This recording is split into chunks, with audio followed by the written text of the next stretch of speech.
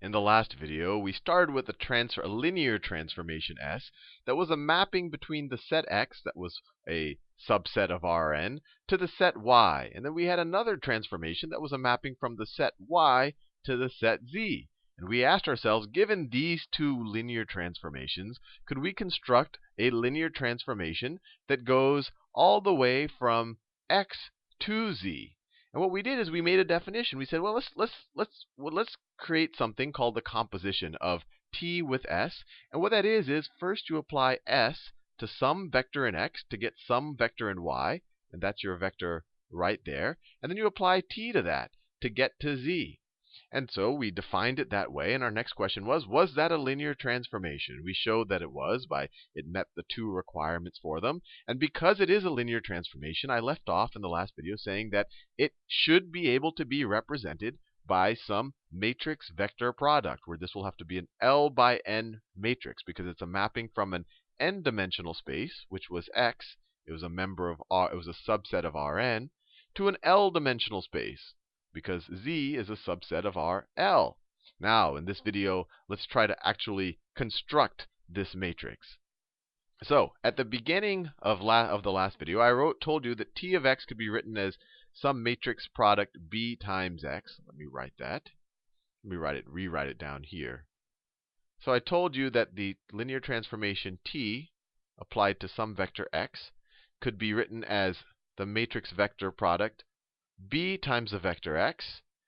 And since it was a mapping from a m-dimensional space to an L-dimensional space, we know that this is going to be an L by M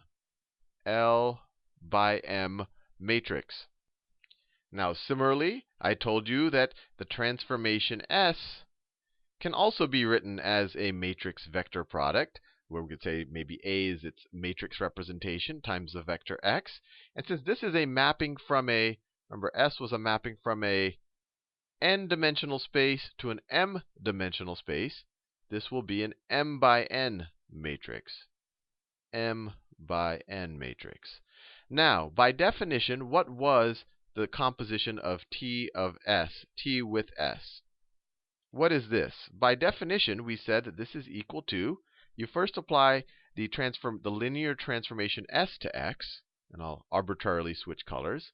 So you first apply the transformation S to x, and that essentially gets you a vector right there, right? This is just a vector in Rm, or it's really a vector in y, which is a subset of Rm. And then you apply the transformation t to that vector to get you into z. So then you apply t to that. You apply t to that. Well, given this, we can use our matrix representations to replace this kind of transformation representation, although they're really the same thing. What is a transformation of S applied to x? Well, it's just this right here is just A times x. That is just A times x, where this is an M by N matrix. So we could say that this is equal to the transformation applied to A times x. Now, what is the T transformation applied to any vector x? Well, that's the matrix B times your vector x. So this thing right here is going to be equal to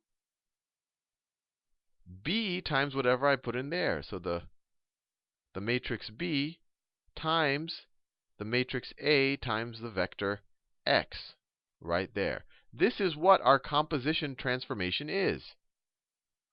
The composition of T with S applied to the vector x, which takes us from the set x all the way to the set z, is this, if we use the matrix forms of the two transformations. Now, we know that we can, at the end of last video, I said I wanted to find just some matrix that if I multiply it times this vector, that is equivalent to this transformation. And I know that I can find this matrix. I know that this exists because this is a linear transformation. So how can we do that? Well, we just do what we've always done in the past. We start with the identity matrix, and we apply the transformation to every column of the identity matrix, and then you end up with your matrix representation of the transformation itself. So first of all, how big is the identity matrix going to be? Well, these guys that we're inputting into our transformation, they are subsets of X, or they're members of X, which is an n-dimensional space. It's a subset of Rn. So these, let me write this. X is a member of Rn. So all we do to figure out C is we apply. So we start off with the identity matrix. So let's see. We start with the identity matrix, the n-dimensional identity matrix, because we're starting, our domain is Rn. And of course, we know what that looks like. Let me draw a little straighter. We have 1, 0, all the way down. It's going to be an n by n matrix, and then 0, 1, all the way down, zeros. These are zeros right here, and then you have ones go all the way down the columns, and everything else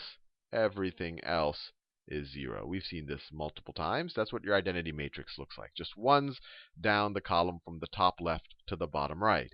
Now, to figure out C, the matrix representation of our transformation, all we do is we apply the transformation to each of these columns.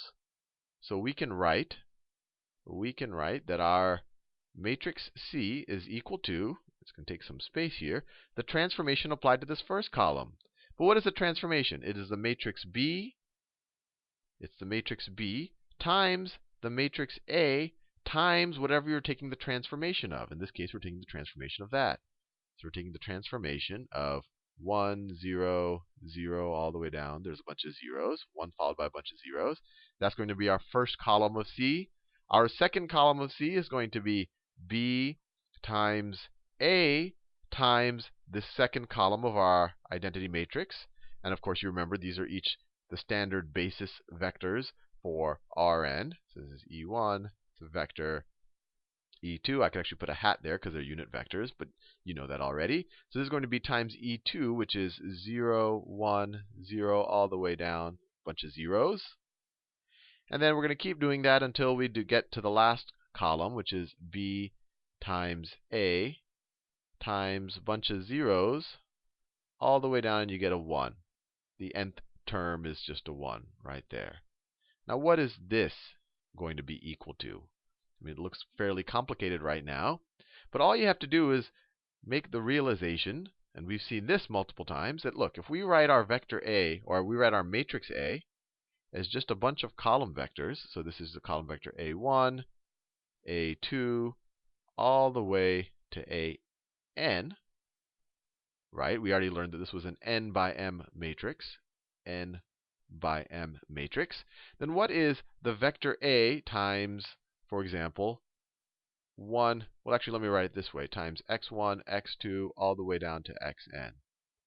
We've seen this multiple times. This is equivalent to x1 times a1 plus x2 times a2, all the way to plus xn times an. We've seen this multiple times. It's a linear combination of these column vectors where the weighting factors are the terms in our vector that we're taking the product of. So given that, what is this guy going to reduce to? This is going to be a1 times this first entry right here times x1 plus a2 times the second entry plus a3 times the third entry. But all of these other entries are 0. The x2s all the way to the xn are 0. So you're only going to end up with 1 times the first column here in A. So this will reduce to, let me write this. So C will be equal to, the first column is going to be B times, now A times this E1 vector, I guess we could call it the standard basis vector right there. We already said it's just going to be 1 times the first column in A plus 0 times the second column in A plus 0 times the third column and so on and so forth. So it's just 1 times the first column in A. So it's just A1. That's simple. Now, what is this one going to be equal to? Well, it's going to be 0 times the first column in A, 0 times the first column in A, plus 1 times the second column in A, plus 0 times the third column in A, and the rest are going to be 0. So it's just going to be 1 times the second column in A. So this second column in our transformation matrix is just going to be B times A2. And I think you get the idea here. Each of these, the next one's going to be B times A3, and all the way until you get B times AN. All the way until you get B times AN. And so that's how you would solve for your transformation matrix. Remember what we were trying to do. We were trying to find some, let me write down, kind of summarize everything that we've done so far.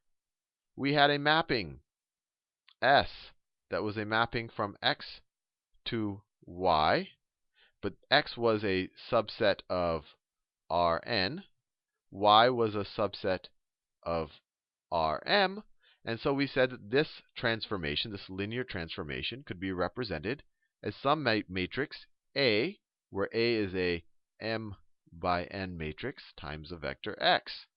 Then I showed you another transformation. Let's call that, well, we already called it T, which was a mapping from y to z. Z is a subset of RL. Z is a subset of RL. And of course, T, the transformation T applied to some vector in in y, can be represented as some matrix B times that vector. I shouldn't have drawn parentheses there, but you get the idea. And this, since it's a mapping from a subset of Rm to RL, this will be an L by M matrix. And then we said, look, if we actually just take the definition of, if we take the composition of T with S, this reduced to, of some vector in X, this reduced to B. So first we applied the S transformation. So we multiplied the matrix A times X. We multiplied the matrix A times X. And then we apply the T transformation to this. So we just multiply B times that. We multiplied B times that. Now, we know that this is a linear transformation, which means it can be represented as a matrix vector product. And we just figured out what the matrix vector product is. So this thing is going to be equal to, this is equivalent to, let me switch colors, C times X, which is equal to this thing right there. Which is equal to that thing right there, which is equal to, let me write it this way, B, A1, I'll try to be true to the colors, B, A1, where A1 is the first column vector in our matrix A. And then the second column here is going to be B, and then we have A2, where this is the second column vector in A. And then you could keep going all the way until you have B times AN. AN. Right there. At times X, of course. Times X. Let me maybe make it purple. Times X, like that. Now, this is fair enough. We can always do this. We can, if you give me some matrix, remember this is an L by M matrix, L by M matrix, and you give me another matrix right here that is a M by N matrix, I can always do this. And how do I know I can always do that?